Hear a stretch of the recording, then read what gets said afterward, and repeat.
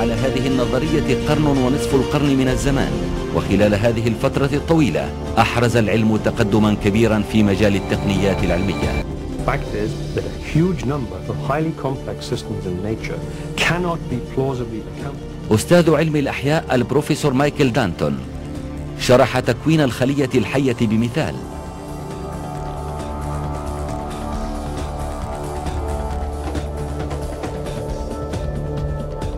كي نفهم حقيقة الحياة على النحو الذي كشفه علم الأحياء الجزيئي، علينا أن نكبر الخلية 1000 مليون ضعف، وبهذا ستبدو الخلية كمنطاد عملاق، بحيث يستطيع أن يغطي مدينة كبيرة مثل نيويورك أو لندن.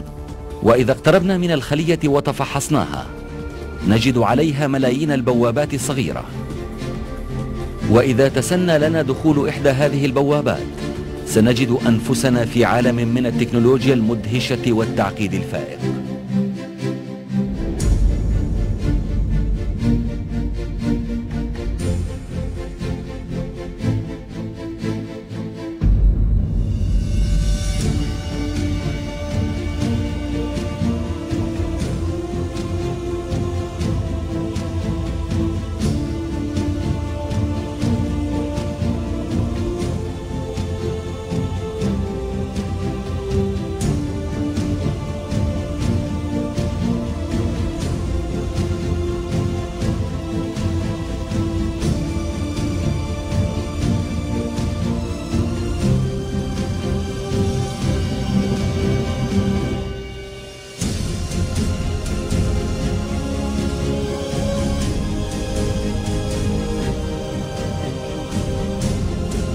For a typical Darwinian explanation of how life originated, Dr. Wells directed me toward this documentary.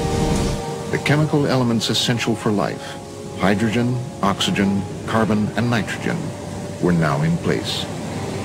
What was needed was a way of combining them. Perhaps the energy came from lightning. Whatever it was. Excuse me? Whatever it was, energy managed to arrange these chemical ingredients. In 1953, Stanley Miller mixed water, methane, ammonia, and hydrogen to simulate the early Earth's atmosphere. Then he ran electricity through it in an attempt to jumpstart life. It's alive! It's alive! It didn't work.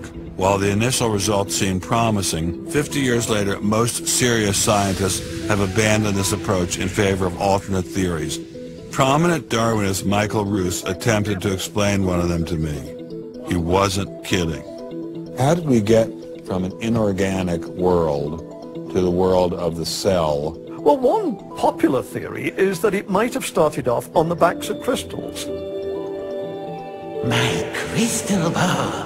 Molecules piggybacked on the back of crystals forming, and that this led to more and more complex. But of course the nice thing about crystals is every now and then you get mistakes, mutations, and that this opens the way for natural selection. But at one point there was not a living thing, Yeah. and then there was a living thing. How did that happen? Well, this is I've just told you. And I don't see any reason why you shouldn't go from very simple to more and more complex to more and more complex. I don't either, but I don't know how you get from mud to a living cell. That's my question. Yes, well, I've told you. I think it's on the Try back one of more crystals. time. On the backs of crystals. Oh, the backs of crystals is at least one hypothesis, yes. So that's your theory, and you think that is more likely and less far-fetched than intelligent design? I think it is. I wouldn't put Ben Stein's money on Dr. Roos's joyriding crystals, but it did make me wonder, what were the chances of life arising on its own? It's been speculated that probably there would have to be a minimum of about 250 proteins to provide minimal life function. If that's really true, then I think it's almost inconceivable that life could have happened in some simple step-by-step way.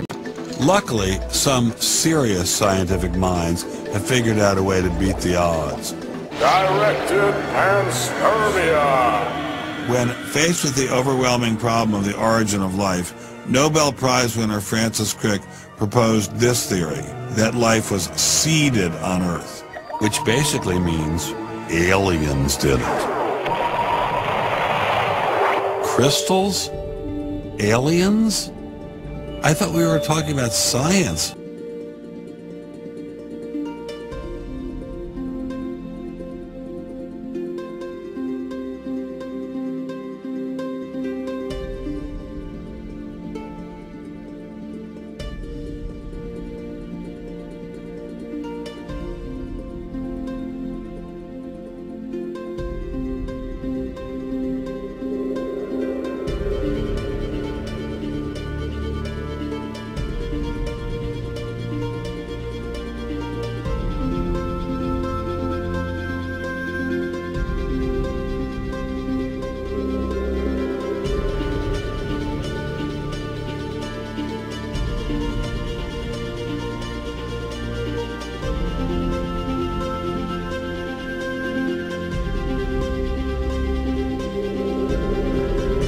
Before you can ask, is Darwinian theory correct or not, you have to ask the preliminary question, is it clear enough so that it could be correct?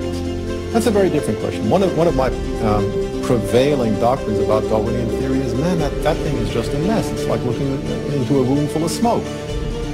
Nothing in the theory is precisely, clearly, carefully defined or delineated. So you think the whole theory of evolution is false, or just certain parts of it?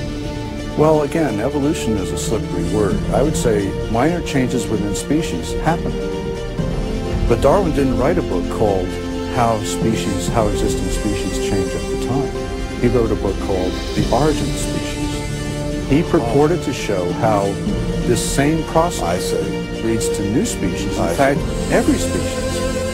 And the evidence for that grand claim is, in my opinion, almost totally lacking.